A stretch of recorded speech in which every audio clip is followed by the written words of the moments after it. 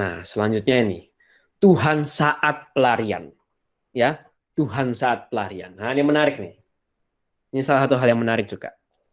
Kita baca dari ayat 11 sampai 13. Ia sampai di suatu tempat dan bermalam di situ. Karena matahari telah terbenam, ia mengambil sebuah batu yang terletak di tempat itu dan dipakainya sebagai alas kepala. Oh, betapa kerasnya itu.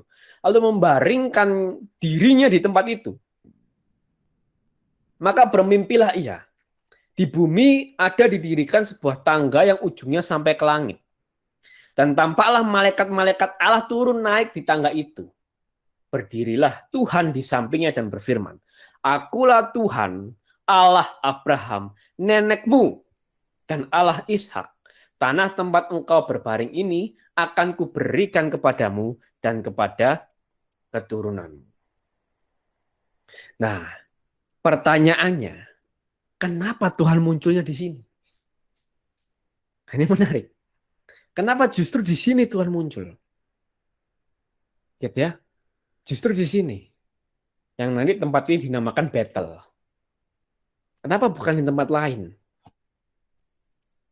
Ya, tapi dia di sini. Nah, kita akan lihat maksud Tuhan, ya. Santo Yohanes Chrysostom mengatakan begini. Perhatikan di sini. Saya beritahu Anda. Perhatian yang luar biasa dari Tuhan yang pengasih.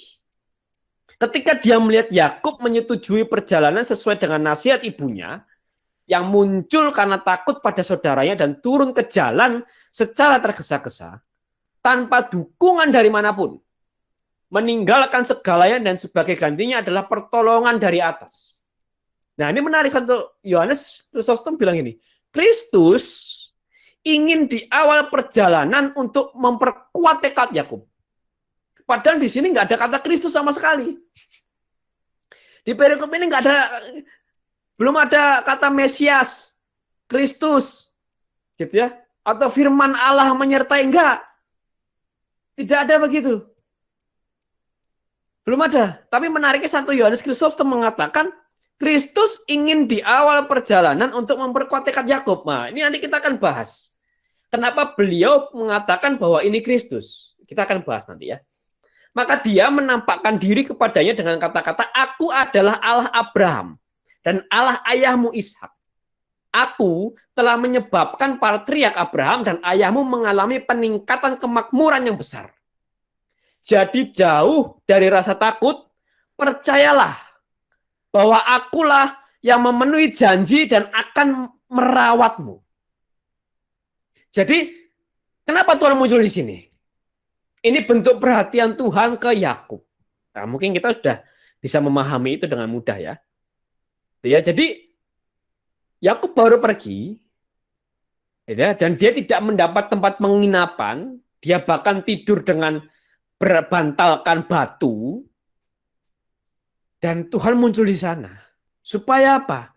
Dari awal perjalanan itu sudah memperkuat tekad Yakub.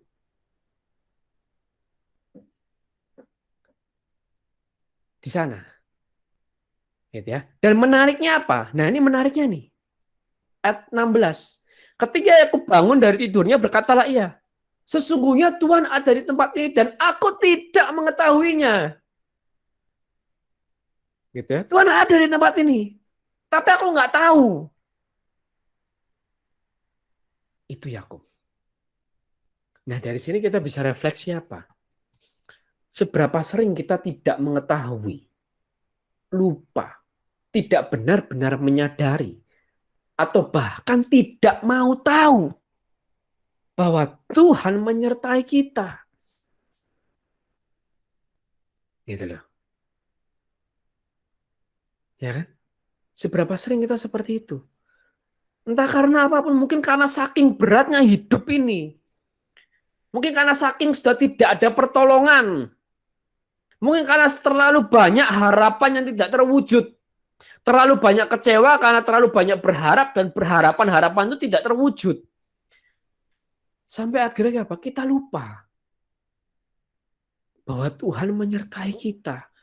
Maka salah satu hal kenapa Tuhan muncul saat itu adalah Tuhan mau mengingatkan lagi.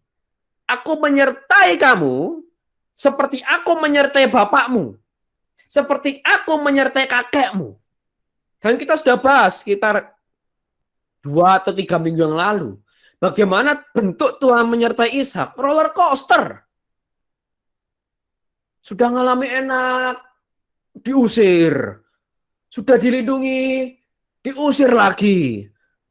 Berantem, sudah begini, berantem. Sudah, wah akhirnya perjanjian dengan orang besar, anaknya menikah sama orang Kanaan. Itu bentuk penyertaan Tuhan sama Ishak. Dan Tuhan mau bilang, aku menyertai kamu seperti aku menyertai bapakmu. Roller coaster. Ya. Kita akan main roller coaster bersama. Kita akan seru-seruan bersama. Gitu ya. Tuhan tidak janji hidupmu akan mulus, perjalanan kehidupanmu akan mulus. Enggak. Tapi seperti roller coaster juga. Dia pasti akan sampai ke tempat tujuan. Selamat. Itu janji Tuhan ketika menyertai kita. Jadi kalau kita saat ini merasa aku nggak ada pertolongan, kondisiku sangat di bawah, bukan berarti Tuhan nggak menyertai kita. Tapi pertama kita mesti cross check. Apakah ada yang salah dengan diri kita? Itu pasti harus. Dan yang pasti adalah kita pegang terus Tuhan menyertai kita. Tinggal kita cari tahu terus apa yang Tuhan mau dalam kehidupan kita. Gitu ya. Jadi ini peneguhan dari Tuhan. Ya untuk memperkuat tekad Yakub itu tadi yang dikatakan oleh Santo Yohanes Chrysostom. Maka tentang Tuhan saat pelarian ini ada 2 hal yang menarik, yaitu pertama kemunculan Kristus. Sekali lagi ya, Kristus. Santo Yohanes Chrysostom menggunakan kata Kristus. Kemunculan Kristus adalah dengan maksud memperkuat tekad Yakub. Walaupun dalam kondisi tidak ada pertolongan. Apakah setelah ini tiba-tiba muncul makanan? Enggak, gitu kan? Tidak ceritakan begitu. Setelah dari sini tiba-tiba mungkin kayak Hagar gitu ya, muncullah sumur, gitu. Dinamakan Lahai Roy sama Hagar. Kalau kita baca kisah Hagar diusir oleh Abraham. Tidak.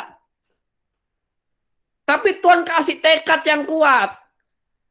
Tuhan sadarkan kita itu lebih penting daripada makanan dan minuman. Kalau kita orang yang berhikmat, kalau kita cuma memikirkan perut kita, ya sudah, sampai kapanpun kita tidak akan pernah menyadari Tuhan menyertai kita. Tapi kalau kita punya pemikiran yang berhikmat, kita akan mengerti. Yang mau Tuhan ubah dulu adalah pengertian kita. Pengertian teman-teman. Pengertian Bapak Ibu. Sekalipun perutmu mungkin lagi kosong.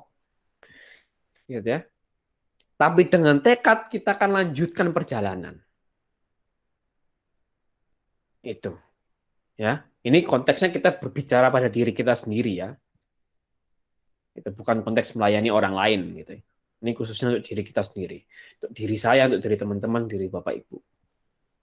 Jadi jangan takut naik turun bersama dengan Tuhan. Dan yang kedua mungkin ini seberapa sering kita tidak mengetahui. Lupa, tidak benar-benar menyadari, atau bahkan tidak mau tahu bahwa Tuhan menyertai kita.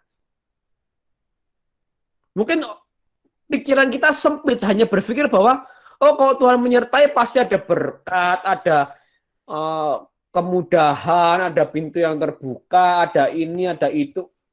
Itu menurut saya terlalu sempit. Justru ketika sekali-sekali kita digampar gitu ya, Tuhan menyertai kita. Pengertian kita dibangun. Masih nggak ngerti-ngerti lagi. Tabok lagi. Masih nggak ngerti-ngerti lagi. Jungkrakno. Jungkrakno itu bahasa Jawa. Apa bahasa Indonesia apa ya? Jungkrakno didorong supaya jatuh gitu. Dijungkrakno. Bahasa Jawa Surabayaan. Supaya apa? Ada pengertian. Dan seringkali ketika kita mengalami hal yang nggak enak, kita bilang apa? Tuhan kayak sudah meninggalkan aku. Enggak. Justru kita yang nggak ngerti Tuhan menyertai kita. Tuhan pengen pengertian kita dibangun. Itu untuk orang-orang yang berhikmat. Ya, jadi 2 poin itu.